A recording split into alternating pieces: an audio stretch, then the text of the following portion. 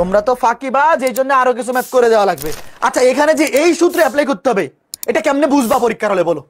দেখো এই কাজটা কিন্তু মনে মনে পারা উচিত, তবে আমি এটাকে আরেকটা লাইন লিখবো, অনেকের বুঝতে অসুবিধা হতে পারে, এই জন্য আমি আরেকটা লাইন বাড়াবো যে এই টাইপের ম্যাথগুলা কিভাবে আসে আমি বলি।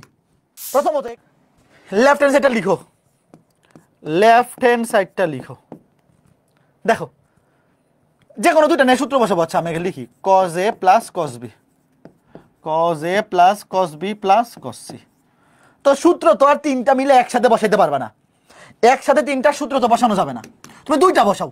ধরো এই দুইটা cos c plus cos d, যে কোনো দুইটা, তবে শুরুতে a আর b যেটা আছে শুরুতে সিরিয়াল ওই যে বসাই। তাহলে cos c plus cos d, খেয়াল করে দেখো cos দিয়ে শুরু cos দিয়ে শেষ, 2 cos c plus d by 2 মানে হবে a plus b by 2, a plus b by 2 to cos a minus b by 2 plus cos c। এইবার যেটা প্রমাণ করতে বলছে দেখো a বাই 2 আছে, b বাই 2 আছে, c বাই 2 আছে, কোথাও কিন্তু a প্লাস b বা a মাইনাস b নাই। এখন কি করবো বলো? cos c plus cos d এর সূত্র, cos দিয়ে শুরু cos দিয়ে শেষ, তাহলে 2 cos c plus d by 2 cos c minus d by 2।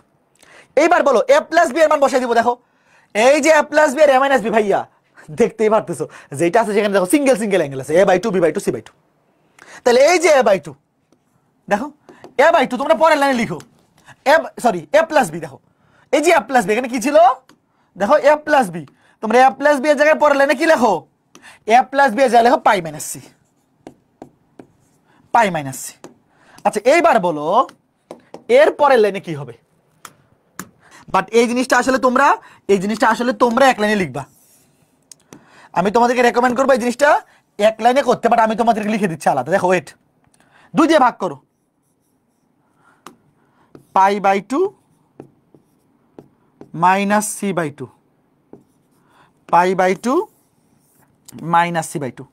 এইবার c বাই 2 কে মনে মনে থিটা ধরো, বলো কি হবে? দেখো দেখো এই কাজটা কিন্তু মনে মনেই করা যায়, pi by 2 minus c by 2। তাহলে c বাই 2 কে মনে মনে থিটা ধরো, বলো cos pi by 2 minus theta কি হবে? ভাই প্রথম চতুর্ভাগে তো সবাই পজিটিভ, তাহলে cos pi by 2 minus theta 90 minus theta হলে sin হয়ে যাবে, এটা কি হয়ে যাবে? sin c by 2। বলো তো এটা কে কে পারবে এক লাইনে? ডাইরেক্ট এই লাইনটা কে কে লিখতে পারবা?